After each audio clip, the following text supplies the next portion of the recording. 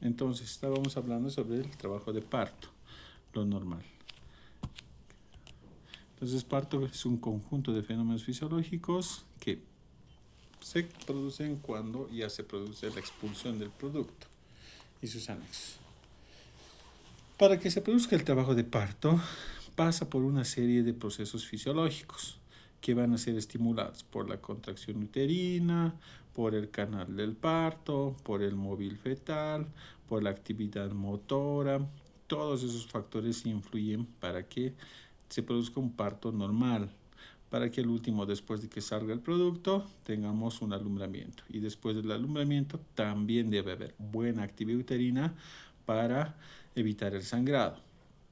Un parto puede ser prematuro, de término o postérmino. Prematuro antes de las 37, de término entre 37 y 41 semanas, porque a las 41 semanas ya son en vías de prolongación y a las 42 ya es un embarazo postérmino.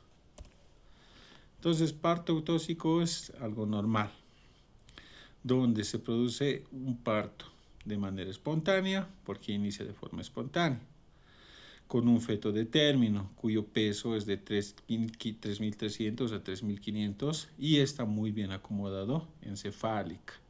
Hace su flexión, la posición de vértice. Y bueno, este trabajo de parto se produce de manera espontánea, porque entre las 37 y 41 semanas ya debería producirse un parto. No debería prolongarse más de esto. Para eso nosotros debemos conocer la estática fetal, saber su situación, presentación, posición y la actitud. ¿Por qué? Cuando el producto está encefálica, eso nos indica de que se producirá un parto de manera adecuada, siempre y cuando tengamos una pelvis adecuada y viable. Entonces, en la estática fetal valoramos si está en podálica, sea completa, incompleta o franca de nalgas, o está encefálica, de vértice, de frente o de cara. Para nosotros en el área de obstetricia es importante describir a la estática, porque esta nos indica la relación de una situación normal que se presentará en el trabajo de parto. Así nosotros hacemos conductas adecuadas ante la situación en el trabajo de parto. Entonces, en la estática fetal debemos saber las definiciones exactas de situación, presentación, posición y actitud. Acá tenemos una gráfica completa. Hablemos de situación, que es la relación del eje longitudinal mayor de la madre con el eje longitudinal mayor del feto. La situación del producto puede ser longitudinal, transversa u oblicua. ¿Ya? Lo más normal es esta. Pero si está en transversa u oblicua, bueno, ya no es normal, ya es una distosia de presentación. ¿Qué es la actitud? Es cuando las distintas partes fetales están flexionadas entre sí, como vemos acá. Miren, los miembros inferiores, los superiores, la cabecita con el mentón a flexionar. Pero cuando hay deflexión, como se ve en este caso, o también llamada extensión, es cuando se produce ya una distosia de presentación. Ya no va a ser de frente o de vértice, más al contrario va a estar de frente, de cara o de mentón. La posición es cuando un dorso, ya sea el dorso del feto, está relacionada con la hemipelvis materna. Puede ser dorso derecho, dorso izquierdo. Para eso tenemos nuestro punto toconómico. ¿Cuál es este? El punto toconómico en este caso es el sacro, el mentón y el occipucio. Cuando valoramos estas situaciones del sacro y el occipucio, podemos definir nosotros de manera adecuada la variedad de presentación. En este caso sería occipito, ilíaca, derecha transversa, porque vemos acá que la fontanela menor está en el lado derecho, no está ni anterior ni posterior, pero está en la porción ilíaca y está presentándose el polo cefálico. Luego valoramos la presentación, que es cuando un polo, sea polo cefálico o polo podálico, está en relación con el estrecho superior del piso pélvico y este polo cefálico o podálico es capaz de desencadenar el trabajo de parto. Entonces, encefálico puede ser, como les mencionaba, de occipucio, de cara, sincipucio o de frente, ¿ya? Y esto ya nos lleva a situaciones para definir parto normal o puede ser una cesárea. Cuando es en pélvica, puede ser completa, podálica, incompleta o franca de nalgas. Franca de nalgas es cuando todos los miembros inferiores están hiperextendidos y los piecitos tocando la parte frontal o mentoniana del producto. Entonces, nosotros definiendo esta estática fetal, vamos a valorar si la presentación del producto está de manera adecuada. ¿Por qué medio? Por las maniobras de Leopold. Las maniobras de Leopold son un conjunto de 4 maniobras que se aplican. Miren, no se hace en cualquier momento, se hace a partir del segundo trimestre. ¿En qué momento exacto? A las 26, 28 semanas para arriba. No se puede hacer las 20 semanas, a las 24, 25. Mejor hacer a las 28 semanas porque ya el producto está más desarrollado y ya tiene un mejor peso. Especificó entre finalizando el segundo trimestre e iniciando o en el primer trimestre. ¿Cómo hacemos? Valoramos de manera adecuada en qué situación está el producto, en qué presentación y posición. Acá tenemos la primera maniobra. Miren cómo el operador o el personal de salud coloca la punta de los dedos formando un vértice a este nivel, cuyo objetivo es valorar el fondo y la situación. ¿Ya? Entonces, la primera maniobra es la única que se puede hacer desde las 20 semanas cuando el útero está aproximadamente a nivel del ombligo. Esta es nuestra referencia. 20, 22 siempre es a nivel del ombligo. Pasa esto y es de mayor volumen. Pero es mejor hacer siempre a las 22 porque ya podemos detectar partes fetales. Podemos hacer una buena definición porque el producto ya tiene más desarrollo. La segunda maniobra valora la posición fetal. Buscamos la relación que existe, ya sea dorso derecho, dorso izquierdo o puede ser una alteración en cómo esté su posición fetal. ¿Ya? El dorso derecho, si el dorso fetal se encuentra en el flanco derecho de la madre. Dorso izquierdo, si el dorso fetal se encuentra en el flanco izquierdo de la madre. Esa debe ser nuestra referencia. Lado derecho, lado izquierdo. La tercera maniobra valora la presentación fetal. Con esta nosotros tratamos de determinar si está encefálica o está en podálica. Si es encefálica, bueno, es un parto eutóxico, puede hasta es expectante, tenemos expectativas de que vaya bien, pero en cambio si se presenta en pelviana o podálica ya es una distosia de presentación. ¿Por qué? Si es una paciente gran multi con una pelvis probada, ya tuvo un parto y el producto bueno, o llega en periodo expulsivo, podemos resolverlo. Pero si es una primi, nulli, que no tuvo parto, no hay probación de la pelvis en un parto anterior y además es macrosómico el producto, ya pues una distosia, entonces nosotros debemos hacer una derivación para que se proceda a un acto quirúrgico y pueda ayudarse en el parto, pero por vía cesárea. La cuarta maniobra valora el grado de presentación. Nos ponemos en el lado derecho de la paciente dándole la espalda. Lo que hacemos es valorar si la cabeza del producto está libre o móvil o está encajada. Cuando está libre o móvil es cuando el polo cefálico se encuentra por encima del estrecho superior. Ahí se puede hacer el peloteo, pero cuando está encajada es cuando la circunferencia o el polo cefálico se encuentra ya pasando el estrecho superior de la pelvis materna y no se puede hacer peloteo. Siempre debemos tener esta valoración. Empezamos por la estática, luego las maniobras de Leopold. Luego también debemos conocer lo normal de las etapas del parto, la dilatación, los 3 periodos, ¿no? Primer periodo, segundo periodo, tercer periodo. Saber la dilatación que presentan en las etapas de parto dos fases, una fase latente y una fase activa. Fase latente es cuando inicia el trabajo de parto, pero las contracciones son variables. Cuando empieza las dilataciones de 0 hasta 4, hace referencia en los textos como Schwartz. Y la fase activa empieza a partir de la dilatación de 4, que termina hasta 10. Según el Colegio de Ginecobstetricia, hace referencia que la dilatación para decir fase activa es a partir de 6, ¿no? Entonces, ¿qué debemos también conocer? La duración del trabajo de parto en las nulíparas de 18 horas, en cambio en las multíparas de 12 horas. Siempre debemos hacer este seguimiento cuando iniciemos la apertura del partograma, cuando se cuente con una dilatación de 4. De acuerdo a eso hacemos el seguimiento, valoramos la duración del trabajo de parto. Es más prolongado, bueno, es más tedioso cuando está en fase latente, pero cuando está en fase activa ya tenemos un periodo, un criterio de tiempo por el cual debe continuar este parto. Luego el segundo periodo, el expulsivo, comienza con la dilatación cervical, finaliza con la expulsión del producto. Puede ser un periodo expulsivo pasivo o activo.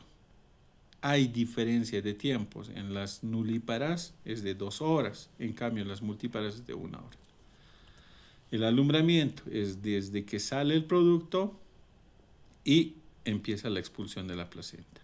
Este tiene un periodo desde los 3 hasta 30 minutos. Pasados estos ya puede presentar una alteración, podemos pensar una distosia. Algunos lo consideran hasta 60, pero la teoría hace referencia de 3 a 30 minutos. Bueno, cuando sale la placenta debemos ver en qué modalidad sale, lo normal o lo anormal. Duncan en menor porcentaje siempre se lo considera no fisiológico, más patológico. En cambio, Schultz es más fisiológico. ¿Por qué? Porque cuando hay la contracción uterina, el desprendimiento de la placenta es de manera central.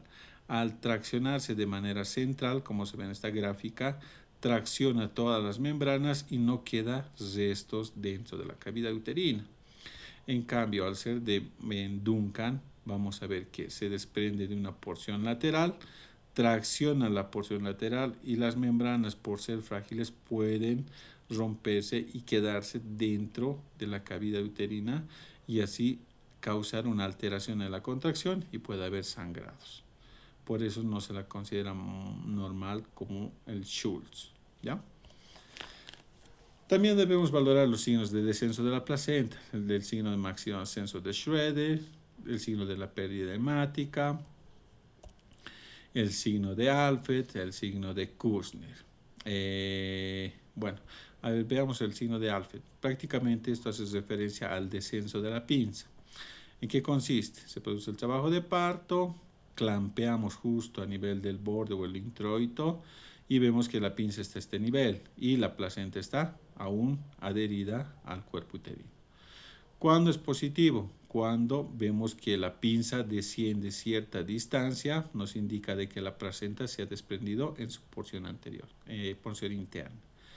El signo de Kursner prácticamente es la inmovilidad de la pinza clampeada. ¿En qué consiste? Traccionamos, hacemos movimiento y vamos a ver que hay movimiento del cordón umbilical. En cambio, cuando ya está desprendida, presionamos en la porción superior y vamos a ver que la pinza se mantiene ahí, no asciende como en este caso. El signo de Fabreo pescador, de la misma manera, hacemos cierto peloteo, traccionamos con la mano y la mano que está en la pared abdominal siente los movimientos porque la pinza va traccionando, pero cuando queda desprendida extraemos y no se siente o no se palpa en el fondo uterino esta tracción que se hace con el cordón porque ya se ha desprendido. En cambio, el signo de Spratman es peloteo. Presionamos a nivel del fondo y vamos a ver que el cordón también se mueve. Pero cuando ya está desprendido, presionamos y el cordón prácticamente ya está suelto porque la placenta ya no está en contacto con la pared interna del cuerpo uterino. ¿Qué maniobras? Bueno, no se hace, ¿no? La maniobra de Crede, ¿en qué consiste? presionar, agarrar en el fondo, cuyo objetivo es presionar para que vaya produciéndose las contracciones o un estímulo para que se desprenda la placenta. Otra, la maniobra de Freud. Eso es un masaje suprapúbico para acelerar el desprendimiento o descenso de la expulsión. Maniobra de Dublín, bueno, esto es cuando ya sale la placenta. Tratamos de girar la placenta en sentido de las manecillas del reloj para que pueda envolverse las membranas y así puedan traccionar de manera adecuada y no quedar restos dentro de la cavidad. Lo normal, cefálica, la presentación cefálica, pero dentro de estos hay también alteraciones donde la cabeza puede presentarse de frente, de mentón o de cara. Ahí ya se vuelve una distosia. ¿Cuáles tenemos entonces? La de frente, de cara, vértice y bregma. ¿Ya? En el vértice prácticamente hay una flexión donde la medida de la región fronto-occipital, que mide 12, debería flexionarse a 10.5, que es suboccipito frontal, luego a 9.5 suboccipito bregmático. Pero en estos casos, ya cuando ya existe cierta alteración, ya no puede hacer una flexión adecuada, como en el bregma hay discreta flexión, en cambio frente y cara ya hay deflexión o extensión, sea mínima o máxima. Cuando hay una flexión completa, como les decía, reduce de 12 a 10.5 hasta 9.5. En cambio, en estos no, y como se mantienen aún con medida prolongada, no puede pasar de manera adecuada a través del canal del parto. Presentación de vértice, vean cómo está. Es algo normal, es la más frecuente, hay máxima flexión. De 12 reduce a 10.5 y a 9.5. Se presenta en un diámetro suboccipito bregmático, porque aquí está el bregma. Estas variedades de presentación son las que tenemos, 8. Bueno, creo que el primer día les dimos un paneo general para saber las variedades de presentación. Entonces, nosotros cuando definimos en qué variedad de presentación está, podemos saber cuánto se va a tardar o prolongar el trabajo de parto, porque tiene que rotar 45, 90, depende cómo se encuentre. Pero lo normal, más frecuente es esta, la occipito púbica y la occipito ilíaca izquierda anterior, que va a ser un rote más rápido para acomodarse en occipito púbica. Todo esto se puede definir haciendo un tacto de manera adecuada. Debemos palpar, tocar las fontanelas, la sutura sagital y hacer una relación entre la porción del pubis y la parte posterior con el ápex del coxis. Mecanismos de presentación en vértice. Valoramos la acomodación del polo cefálico. Son los 6 pasos, ¿no? Acomodación del polo cefálico al estrecho superior. Busca el oblicuo izquierdo en un mayor porcentaje y el derecho en un menor porcentaje. El izquierdo, ¿por qué? Porque mide 12.5. En cambio, el diámetro fronto-occipital del producto mide 12. Luego, después de llegar a ese punto, hay un encaje y descenso. Después del encaje y descenso, acomodación del polo cefálico al estrecho inferior. Luego haces rotación interna para acomodarse en occipito púbico.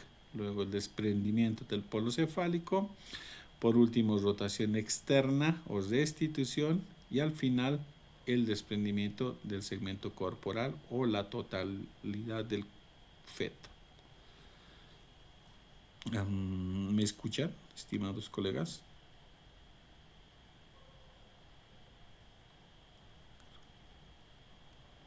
Hola. Sí, doctor. Se escucha, doctor. Está bien, gracias. Bueno, en los tiempos del mecanismo de vértice, esto es muy importante hacerlo. ¿Por qué? Nosotros podemos definir lo que les hablaba acá. Decía una medida fronto-occipital de 12, ¿ya? De 12, y debería flexionar esta para tener una medida reducida de 12 a 10.5 hasta 9.5, que sea suboccipito bregmático, ¿ya? ¿Por qué? Porque a través del canal del parto se reduce este diámetro y tiene buen pasaje. Pero si se mantiene en 12, o causa deflexión presentándose de frente o de mentón, o de cara, ya es una distosia de presentación. Entonces nosotros debemos orientarnos la presentación según el diámetro de la pelvis. De preferencia, miren, da preferencia el oblicuo izquierdo. ¿Por qué? Porque el oblicuo izquierdo mide 12.5. En cambio, la porción fronto-occipital mide 12. Tenemos un espacio de 0.5 para que pase de manera adecuada el polo a través del canal del parto. También es importante conocer los planos de Hodge para que nosotros sepamos si está libre, fija, encajada o muy encajada, dependiendo de esta, ¿no? Cuando está libre, vamos a sentir que el polo está a este nivel, el polo cefálico. Pero cuando ya está fija, se encuentra a nivel del segundo plano. Y cuando ya está encajada, prácticamente está a nivel del tercer plano de Hodge, que pasa a nivel de las espinas ciáticas paralelo al segundo plano de Hodge. Y cuando está muy encajada, bueno, ya vemos a través del introito vaginal, verificamos ya se evidencia la salida del polo. Vemos acá mi primer plano de Hodge a nivel de la porción del promontorio que pasa por el borde superior de la sínfisis púbica, segundo plano, borde inferior de la sínfisis púbica entre la segunda y tercera vértebra sacra, tercer plano paralelo al segundo plano, pero que pasa a través de las espinas ciáticas. Y cuarto plano paralelo al tercer plano de Hodge, pero que pasa a nivel del vértice.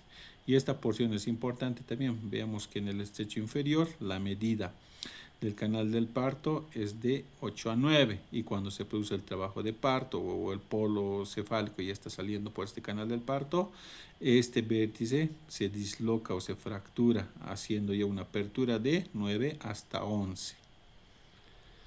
Vemos acá, ¿no?, cómo ingresa el producto en oblicuo, luego se pone en occipito púbica en rotación por rotación interna, luego hace desprendimiento del polo cefálico para que esta porción del borde inferior de la sínfisis púbica con el polo, con la región del occipucio del producto, haga una situación de bisagra.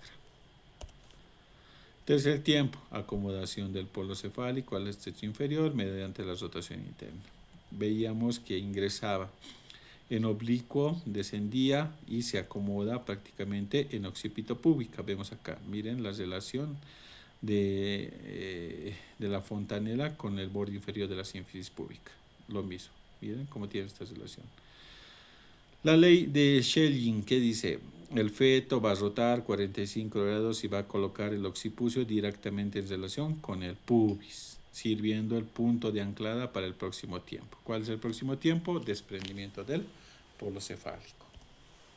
Vemos acá el cuarto tiempo, desprendimiento del polo cefálico, hace bisagra. Miren cómo la fontanela mayor es la que primero se nota y la otra está haciendo bisagra. Entonces, en estos casos, prácticamente ya es cuando ya se produce el trabajo de parto, saliendo el polo de la parte interna hacia el medio externo. ¿Qué más? Restitución. Una vez que sale o hace cornuaje, bueno, el polo cefálico se restituye mirando ya la cara interna del muslo derecho o muslo izquierdo de la paciente. Y ahí es ahí donde nosotros actuamos, ¿no? Ponemos los dedos en pinza, traccionamos a la parte inferior para sacar hombro anterior, luego hacia arriba el hombro posterior. Y por último, el sexto paso, hombro anterior, hombro posterior y extraemos todo el segmento corporal. Es importante hacer todos estos pasos para que nosotros hagamos buena atención y no se presente ningún tipo de distosia si tengamos un trabajo de parto adecuado. Hasta ahí puede presentarse una distosia de presentación. Antes de esto puede haber una distosia motora donde no hay buena contracción uterina. Después de que sale el producto, bueno, queda la placenta interna. Ahí también debemos tener mucho cuidado porque ya puede haber sangrado, es el periodo más crítico. Debemos hacer masajes, esperar de 3 a 30 minutos para que la placenta se expulse, colocar oxitocina. Lo importante es evitar el sangrado. Y después de que se expulse la placenta, también debemos tener mucho cuidado. ¿Por qué? Es un periodo crítico donde el útero se pone tan contraído, o bueno, se forma el globo de seguridad de Pinar, y a veces cuando hay mucho trabajo de parto excesivo o hay agotamiento materno o se ha utilizado mucha oxitocina o mucho estimulante como por medio de los medicamentos, las fibras musculares estaban tan contraídas que al final se relajan y inicia el sangrado. Por eso se debe hacer un control estricto cada 15 minutos hasta que la paciente se estabilice, por lo menos en un tiempo de 2 horas. Bueno, ahora veamos la parte de la atención normal del parto. Es importante reconocer al parto, que es algo normal. Todas las pacientes experimentan un parto normal y no todas presentan complicaciones. Las complicaciones intraparto pueden surgir a menudo de manera rápida, inesperada y debemos siempre estar atentos ante estas situaciones. Por eso es que debemos conocer primero lo normal para que vayamos notando ciertas anormalidades que se presenten durante el transcurso del trabajo de parto. ¿Cuáles son los procedimientos? Puede ser acudir a la fase temprana del trabajo de parto, en especial si durante los cuidados preparto se identifica algún riesgo en la madre o en algún riesgo en el feto o ambos tienen cierto riesgo. Hay un temor a tener un falso trabajo de parto. Sabemos muy bien que las pacientes, las nulis en específico, las que se embarazan por primera vez y van a tener su primer trabajo de parto, apenas presenten contracciones, que son las contracciones de Brandt-Hicks, en algunas que son muy dolorosas, lo confunden como un falso trabajo de parto. ¿Ya?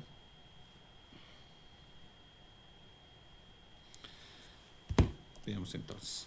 ¿Cómo identificamos? Debemos diferenciar entre un trabajo de parto falso o verdadero. ¿Ya? Falso, hay frecuencia que va a estar más intensa y la intensidad de las contracciones van a ser elevadas, donde la paciente ya siente las contracciones. Bueno, más ocurren las nulis, hay mayor atención, al pequeño dolor ya sienten sensaciones diferentes, acuden de manera inmediata, se las debe explicar de manera adecuada. ¿Y cuándo es un trabajo de parto verdadero? Cuando la dilatación del cuello es mayor a 4. Entonces, siempre es importante hacer la vigilancia de la frecuencia cardíaca fetal, ¿ya? Apenas ingresa la paciente, escuchamos la frecuencia cardíaca fetal. Valorar las contracciones uterinas. Deberían ser 3 a 4 contracciones en un tiempo de 10 minutos que duren de 30 a 40 segundos. En el partograma vemos, ¿no ven? Cuando marcamos puntitos es menor de 20 segundos. Cuando marcamos líneas es de 20 a 40 segundos, pero cuando pintamos es mayor a 40 segundos el tiempo de las contracciones. Luego valoramos si es un embarazo de riesgo elevado, si es de bajo riesgo.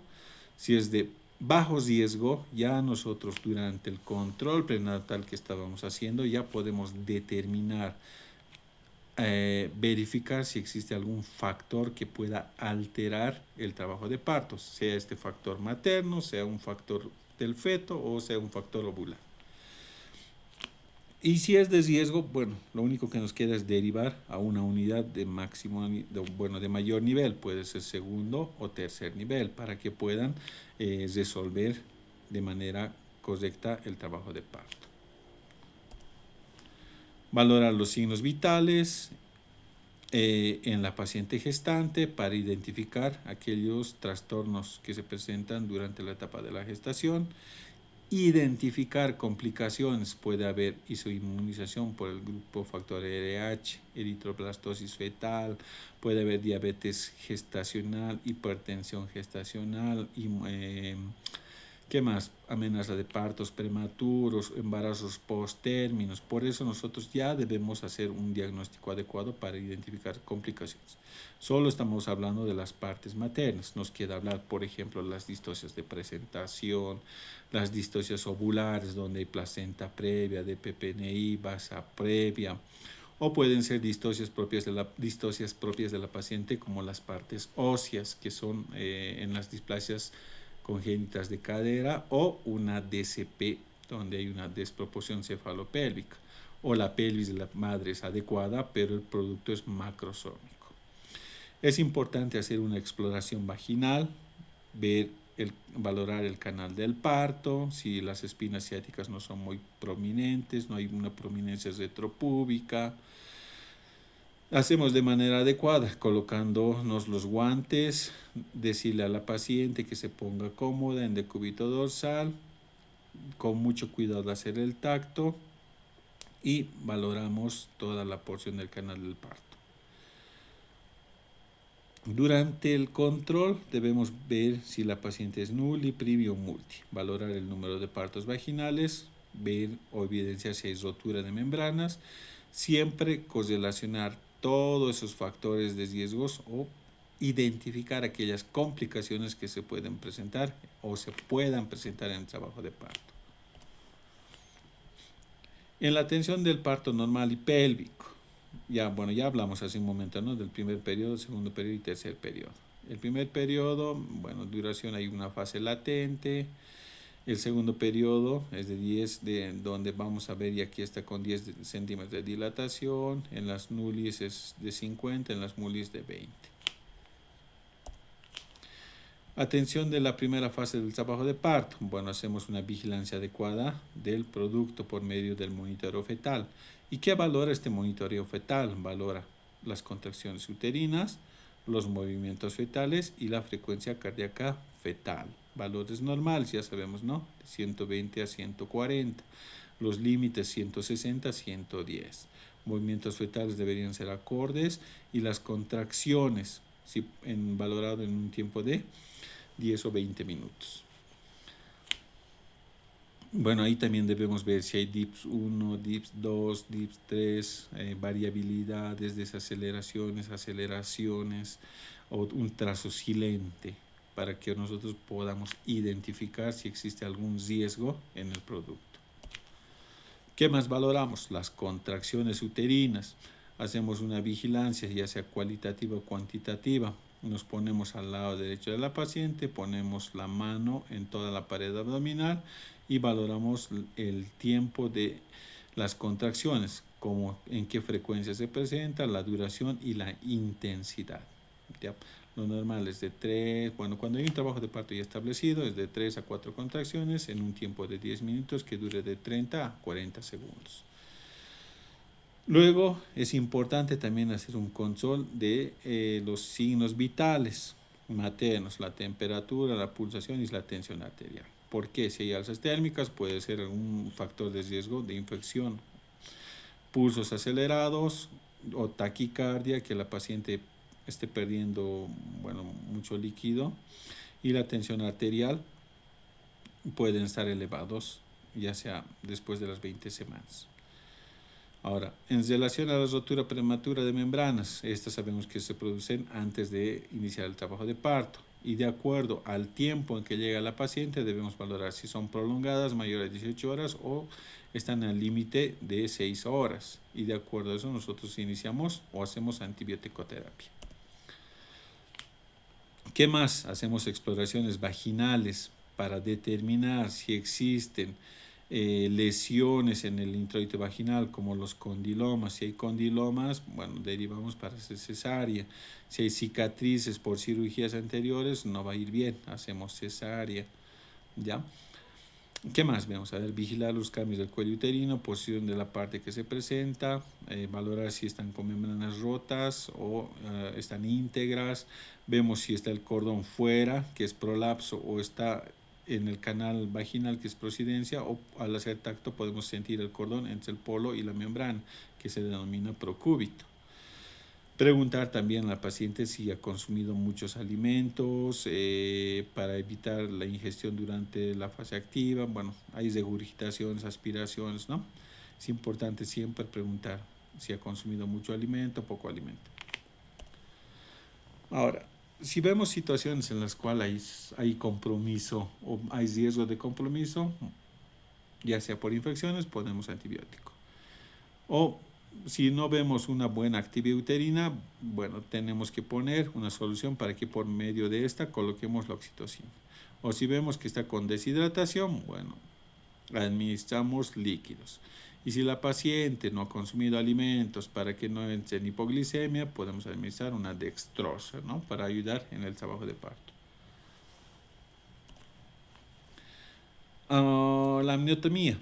Bueno, nosotros si vemos un trabajo de parto muy prolongado, hacemos una amniotomía para valorar el líquido amniótico, si es claro, meconiado, sanguinolento, pero no se hace en cualquier momento, se hace cuando ya el polo fetal prácticamente ya está apoyado a nivel en el estrecho superior pasando el canal del parto, porque si nosotros rompemos las bolsas cuando el polo está libre o flotante, hay el riesgo de que en el momento de la contracción lo primero que salga sea el cordón umbilical, causando un prolapso de cordón umbilical.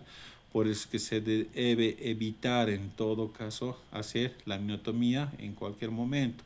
Solo se hace cuando el polo ya ha descendido y no está libre, ya está apoyando prácticamente al canal del parto.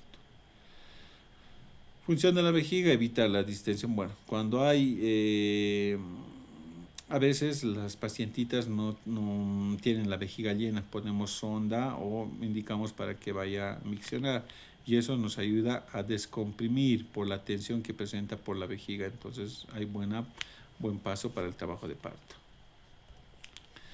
En el segundo periodo del trabajo de parto, cuando ya está la dilatación completa, inicia el segundo periodo. Las contracciones uterinas ya son más adecuadas, hay más fuerzas de expulsión. Ahí es donde a la paciente se le indica o se le orienta a pujar de manera adecuada. Respirar cuando no hay contracciones para que gane su estabilidad a nivel respiratorio y cuando ya hay contracciones puje de manera adecuada y prolongada. Miren, los esfuerzos de expulsión, pujo, que es un reflejo o espontáneo, ¿no? Cuando comienza la contracción se le instruye para ejercer presión hacia abajo como quisiera defecar. Les decimos, haz como si estuviese haciendo popó, puja abajo, porque algunas pujan a nivel de la porción cervical. Preparación para el parto. Bueno, hay partos humanizados en el área rural, donde las pacientitas tienen el parto ya sea sobre camas o de cuclillas, de rodillas o paradas, ¿ya? Eso es un parto humanizado, intercultural, o en el área de los valles y llanos puede ser sobre el agua, entrarse a una piscina o un río donde puedan tener al producto. Bueno, son partos así más interculturales. Pero en nuestro medio, en el hospital, es la paciente en decúbito dorsal, en litotomía, separando las piernas para que se acomode y pueda estar adecuado para el trabajo de parto y el personal de salud tome las medidas adecuadas y pueda atender de manera correcta. La episiotomía se debe valorar, no es indicación absoluta, ¿ya? Porque actualmente hay partos en nulis que se ha producido sin hacer una episiotomía. Valoramos la pelvis, el canal del parto y el producto. Si está muy macrosómico, prácticamente ahí hacemos una episiotomía para ayudarles, ¿no? ¿Qué más vemos entonces? Bueno, acá la episiotomía, ¿para qué nos sirve? Para ayudar a relajar y a tener más apertura del introito vaginal, para que salga el producto de manera adecuada. Ahora, la episiotomía siempre debe ser medio lateral, porque si no hacemos medial, en este caso, prácticamente podemos hacer un desgarro que llegue al borde del ano. ¿Cómo se hacemos? Miren, administramos antes, infiltramos la analgesia, el anestésico, después de cuando la paciente ya está pujando, como en este caso vemos que ya está coronando, hacemos la episiotomía medio lateral para ampliar el canal del parto. Riesgos de la episiotomía: que se realice de mala manera, cause complicaciones o no sea buena episiotomía y de esa manera cause desgarros. La maniobra de Ritgen hace posible que el nacimiento sea controlado y favorece la extensión del cuello, es decir, la apertura de esta porción. Maniobra finlandesa, como vemos acá, tratamos de, en el momento que está pujando la paciente, tratamos de ayudar con los dedos a separar el introito vaginal y ayudar a la salida del producto, pero siempre haciendo, protegiendo perine y protegiendo el polo para que no se desprenda de manera brusca. Ahora en los nacimientos de hombros, bueno, ya ahí vamos a ayudar, ¿no? A hacer la rotación, hacemos una extracción inmediata, sujetamos cada lado de la cabeza, una tracción hacia abajo para sacar hombro anterior, hacia arriba, hombro posterior. Y luego extraemos todo el polo. En nacimientos de hombros, bueno, como podemos ver acá, podemos hacer una rotación externa para los nacimientos de hombros. Cuando es dificultoso en la tracción. En estos casos debemos hacer una valoración adecuada de la porción del canal del parto, ampliar el canal del parto con una episiotomía y tratar de extraer al producto de manera adecuada porque podemos causar lesión del plexo braquial. Cuando hay circular de cordón, sea simple, doble o triple, cuando el polo ya está fuera del introito vaginal o fuera del canal del parto, va a empezar a hacer rotación externa o restitución. En ese momento retiramos el cordón o deslizamos por la porción cefálica. Bueno, en algunos lugares otros hacen aspiración en ese momento de la nasofaringe y otros que valoramos, ¿no? Si el producto está adecuado, no hay compromiso, entregamos al personal para que haga su reanimación o aspiración que corresponde, pero cuando hay compromiso tratamos de ayudar con una aspiración más pronta y más rápida. Pinzamiento del cordón, en estos casos dependiendo si hay compromiso o no hay compromiso del producto, valoramos, dejamos que palpamos a nivel del cordón hasta que deje de pulsar y podemos hacer recién pinzamiento y sección. Pero si hay compromiso del producto que está no hay buena respuesta al estímulo, está deprimido o ha sido meconiado, prácticamente hacemos rápido el clampeaje y hacemos sección del cordón umbilical para que el personal pueda proceder con la reanimación del producto. Bueno, el tercer periodo, ya sabemos, ¿no? El alumbramiento, que hace rato ya lo vimos. Lo mismo, hay dos, ¿no ven? Dos modelos de desprendimiento, Schultz y Duncan. Schultz de manera central y Duncan de la porción marginal. La expulsión de la placenta, bueno, esto igual hablamos hace un momento, la maniobra de Brandt-Andrews, Dublín girar y Brandt-Andrews hacer tracción contra tracción. Esto también vimos Schultz y Duncan, esto no tengo aquí. Ahora, esta parte es importante, miren, después de la expulsión y antes del alumbramiento, podemos hacer masaje uterino, utilizar oxitocina, ergometrina, carbetocina si es que tenemos, porque sabemos muy bien que esto tiene un costo elevado. Y por último, el misoprostol, que podemos administrarlo por vía rectal. Ayudan a que se prevenga con las hemorragias. Y la atención del cuarto periodo del trabajo de parto es la primera hora del puerperio inmediato, restauración de la estabilidad anatómica fisiológica, es decir, todas las modificaciones generales y locales que se presentaron durante la gestación empieza a restablecerse o hay una restauración adecuada, a excepción de las glándulas mamarias. Estas se deben mantener congestivas para que se produzca constantemente la producción de la leche materna y así pueda dar de lactar al nuevo recién nacido. Bueno, es importante también valorar la presión arterial, el pulso, el estado de conciencia de la paciente, ver la cantidad de pérdida hemática, la integridad de la vagina y el periné, valorar a ambos, a la madre y a la paciente. Si vemos que están alterados los signos vitales o vemos que está entrando shock hipovolémico, hacemos una valoración por el índice de shock para poder restablecer o ayudar a que la paciente no se descompense. Esta es la clasificación de desgarros, primer grado, segundo grado, tercer grado, cuarto grado. Lo que nadie quiere es llegar de tercer a cuarto grado porque prácticamente es un compromiso de la parte de la región anal con la cavidad vaginal. Como será el cuarto grado, miren, se extiende hasta la mucosa del recto y expone a la luz. Si no tomamos medidas adecuadas, bueno, ya, esto puede ser de algo que nos puede causar situaciones no adecuadas a futuro. Por eso es importante hacer una valoración del tamaño del producto, la presentación, valorar el canal del parto, la pelvis, para que no lleguemos a este cuarto grado y solo por lo menos tengamos un primer grado, o para evitar todo esto hagamos una buena episiotomía mediolateral. Vemos acá las gráficas, ¿no? Primer grado, segundo grado y tercer grado y cuarto grado. Vemos cómo ya compromete la mucosa, ya está en contacto la parte del recto con el canal vaginal. Bueno, también debemos hacer de manera adecuada la reparación de desgarros después de que se hizo una episiotomía, o reparar el desgarro, sea de primer, segundo o tercer grado. Listo. Ahora sí, vámonos a las distocias. Voy a dejarlo aquí esto.